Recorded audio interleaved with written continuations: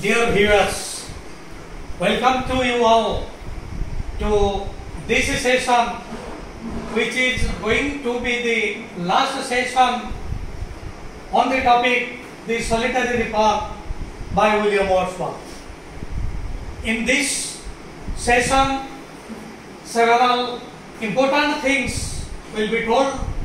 It is my sincere request you will remember all these things. Till now, we have completed all the stanzas except two last stanzas. And our last point of discussion was William Wordsworth was deeply impressed by the song of the Solitary Repast. According to him, the song of the Solitary Repast is sweeter than that of the nightingale bird and the cuckoo bird. So let us go to last two stanzas. Whatever the theme the maiden sang, as if her song could have no ending, I saw her singing at her work and over the sickle bending. I listened motionless and still, and as I mounted up the hill, the music in my heart I bore, long after it was heard no more. The very essence of the poem is found in these two stanzas. Our last part of discussion was William Wordsworth tried his best to understand the meaning of the poem, to understand the meaning of the song, to understand the meaning, to understand the theme of the song. But in spite of his efforts, despite his efforts, he could not understand the meaning. He put forth several possibilities. कौन समझता possibilities जो गत class में discuss करते हैं. So William Wordsworth could not understand the meaning, but his inability to understand the meaning, his inability to understand the theme did not stand in his way of enjoying the song.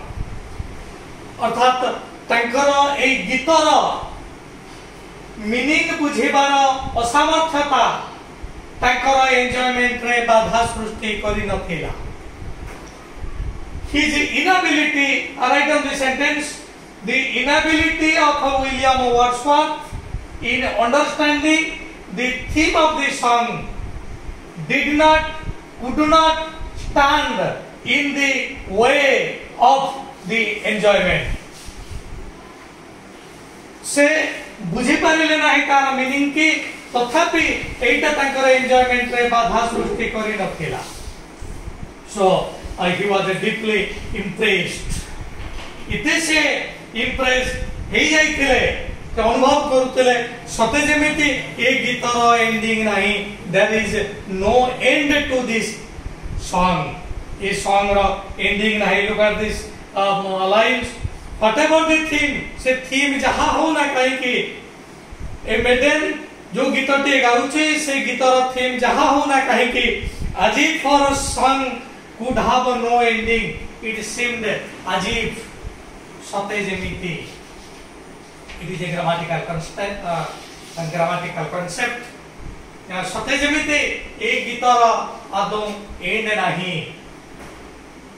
जदि हमें practically भाबिबा गीतर cone and नाही कि जदि गीत निश्चित भाव रे सरीबो. वर्तमान पढ़ा जाउची 5 मिनिट भीतर गीत सरीबो बा 10 मिनिट भीतर गीत सरीबो.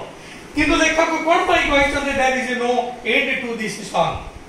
एति पई से कहिसंती ए गीतटा तांको इते अभिभूत करिछि तांकर हृदय कंदर रे एटा बारंबार प्रतिध्वनित होउछि. The song has impressed him deeply. It went on echoing in his heart. तांको हृदय रे एटा बारंबार प्रतिध्वनित होउछि. जेते बेले he is in a silent mood, सेते बेले ए संगीत पुनर्बार तांकर हृदय कुंदर रे झंकृत होउछि. तो सेहि पई से कहिसंती it seemed as if there is no end to this song. I saw her singing at her work से वर्तमान सेठारे नहांती से गीत से शुणु नहांती तथापि तांकर मानस चक्षुरे से देखुछंती कि she is in his mind side तांकर मानस चक्षुरे से देखुछंती जे I saw her singing at her work मु ताको देखि पारुची से मेडन को मु देखि पारुची से खेतरे काम करूची तार दा देई करी शस्य को काटुची काटिबा समय से गीत गाउची सो देखो किते डीपली से इंप्रेस हे चंती ते ए गीत तांकर हृदय रे बारंबार प्रतिध्वनित होउची आई saw her singing mark the word I देखा ए मत ना एक ग्रामेटिकल कांसेप्ट दुईटी देखा सॉ सिंगिंग आ गोटे हे करिबो सॉ सी वर्तमान try to find out the difference I saw her singing I saw her sing.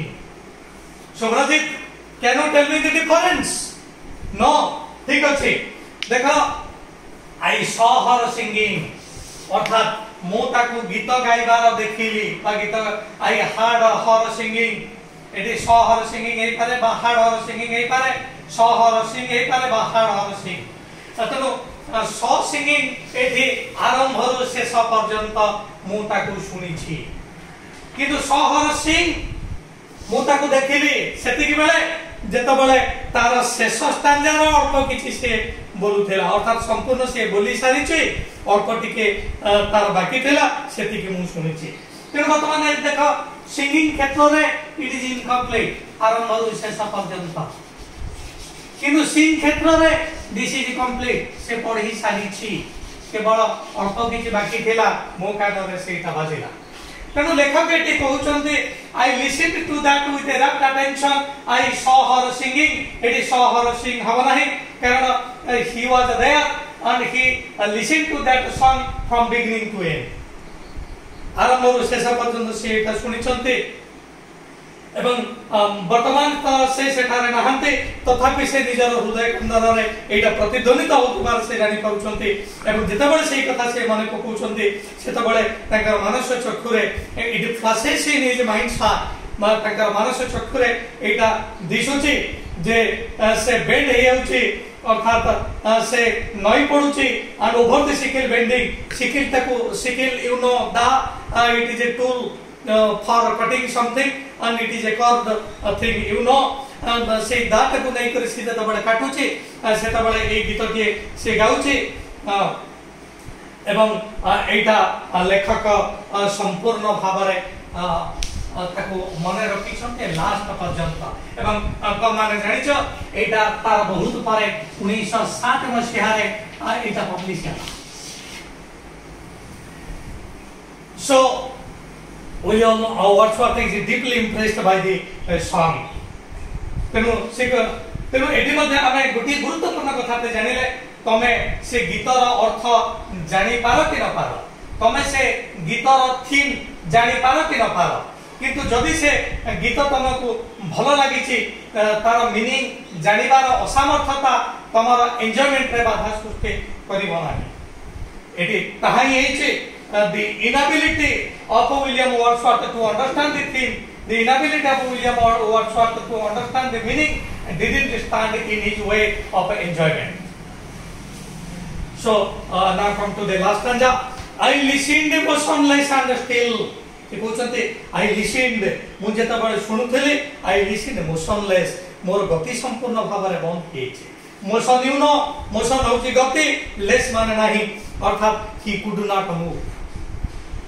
William Wordsworth is so impressed सीते अभिभूत हे चंती जैसे संपूर्ण भावरे गतिहीन हे चंती he listened motionless and still निश्चल से संपूर्ण भावरे निश्चल हे चंती अर्थात हमें कहि परिबा the song made him spellbound write down this spellbound जोटा को सुनिले अभिभूत हे जाय निज कथा से भूली जाय it is called spellbound. William Wordsworth is spellbound. William Wordsworth listened to that song. He was still, he was motionless. He was spellbound. Right on this, he was also mesmerized.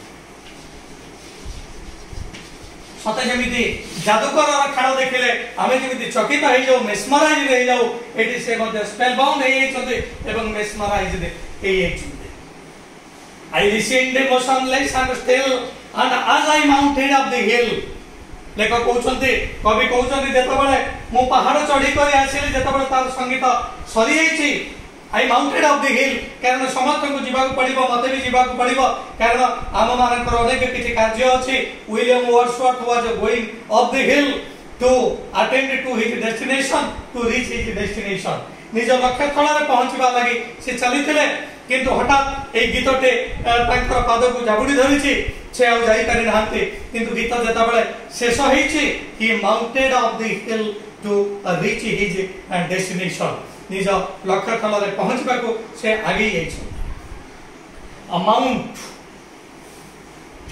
Mount त माने जानिछ आरोहण करिबा बा चढ़िबा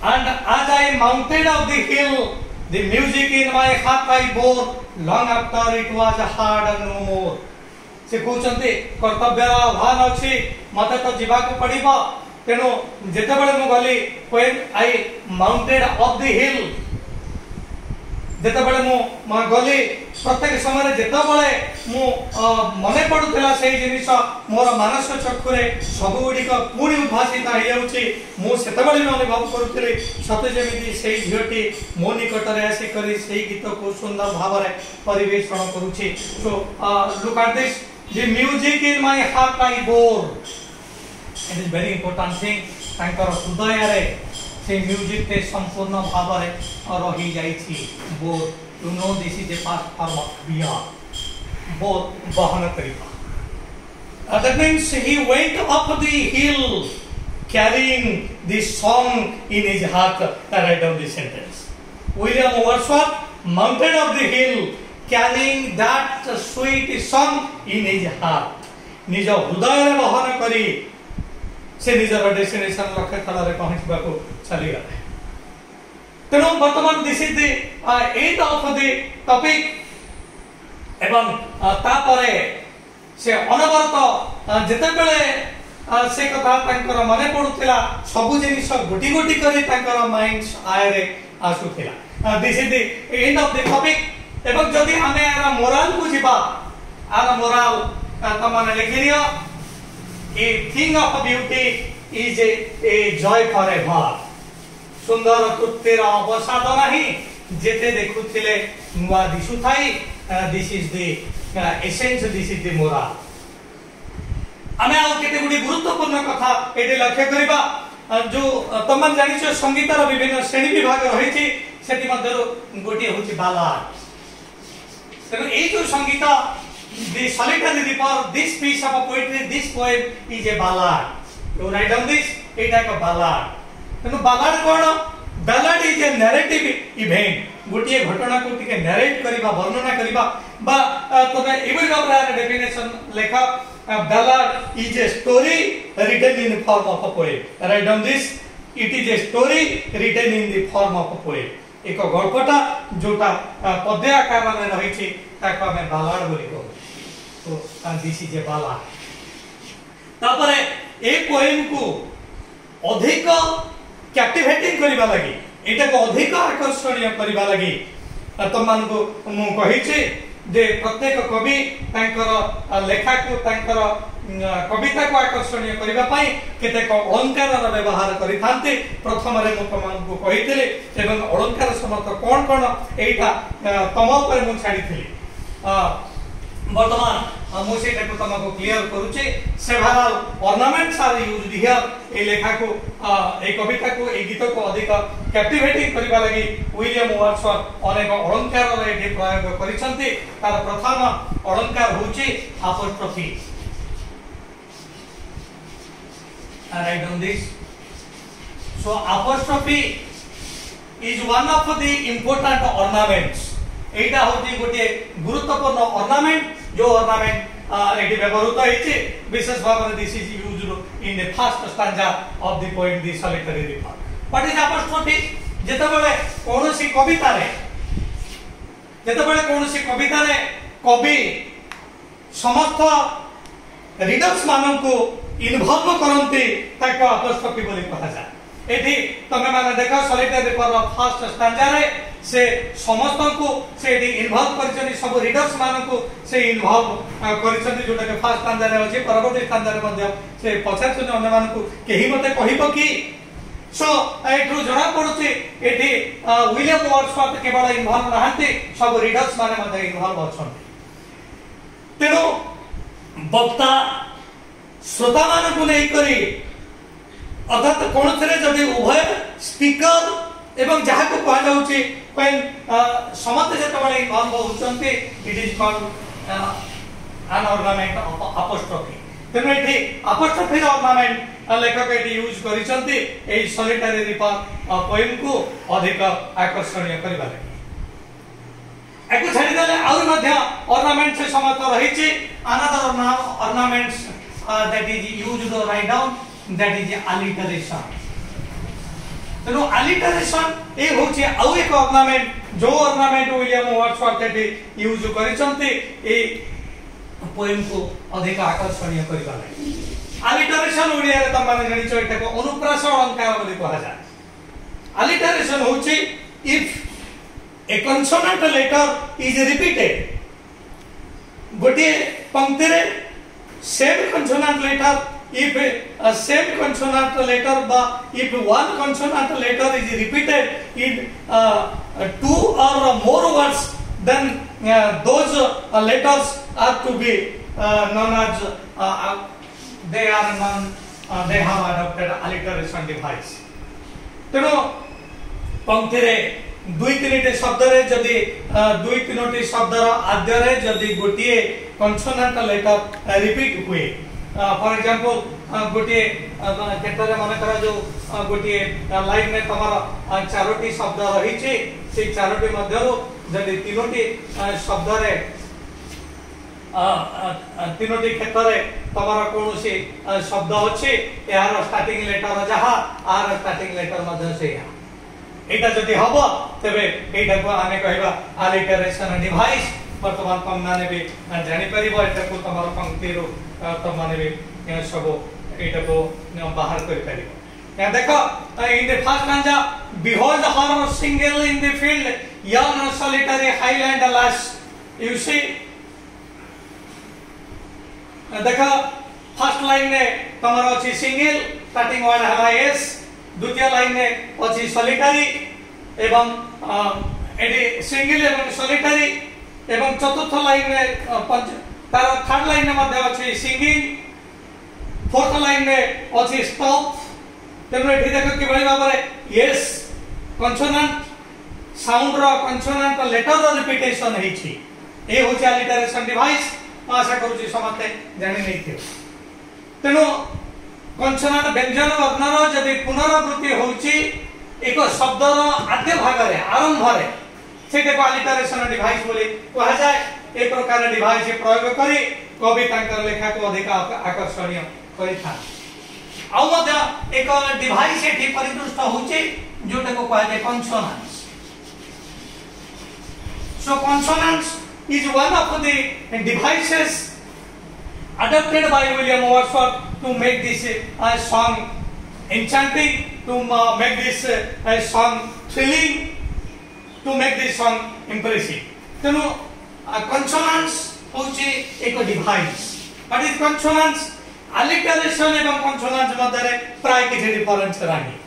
alliteration जेभଳି भाबरे व्यंजन एक व्यंजन वर्णर पुनरावृत्ति होछि, consonants मध्य से व्यंजन साउंड रो पुनरावृत्ति।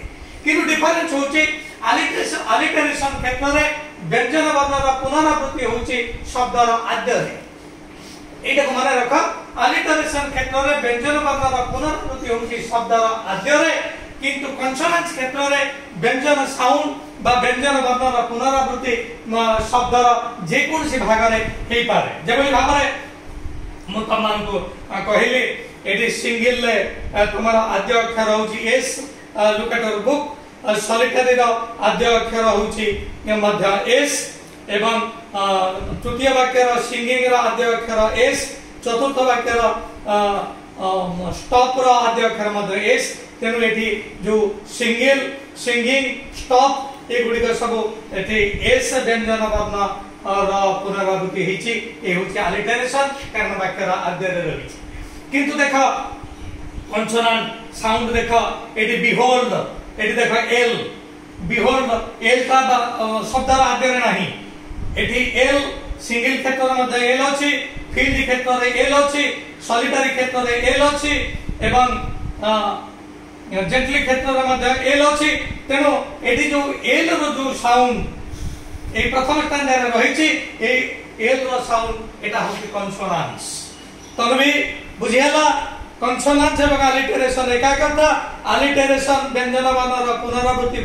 शब्द आद्य किंतु कन्सोनांट्स क्षेत्र में व्यंजन वर्ण पुनरावृत्ति शब्द आद्य नहे ताहा शब्द जे कोनसी स्थान रे हेई परिबो I think it is clear Satyashikha Jyoti Subrajit समस्त बुझि पालो ठीक से ठीक अछि वर्तमान another important device is used that is called assonance. Assonance is one of the important devices that is used to make this song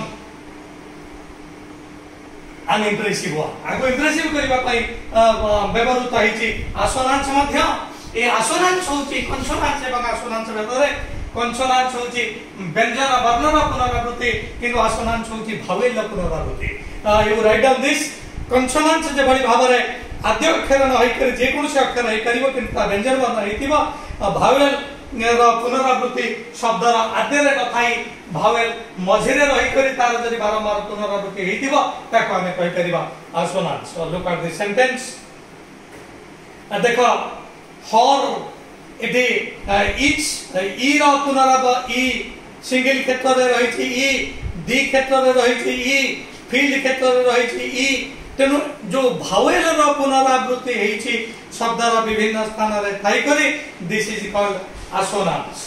I think it is clear to you. So this solitary reaper is one of the masterpieces of William Wordsworth. This is a ballad because this is a story written in form of a poem. William Wordsworth was going up the hill to his destination, but at that time he heard a song. The song was very impressive. He listened to that song with rapt attention. He requested the passers-by either to listen to this beautiful song or to move away gently without disturbing the solitary girl. Then she made a comparison of the song of a solitary bird with the song of the nightingale bird and the cuckoo. But he told that the song of the solitary bird surpassed the song of the nightingale and the song of the cuckoo. Thereafter he tried to understand the meaning, but despite his effort, in spite of his effort, he could not understand the meaning because that was a song in a dialect that is called a Gaelic.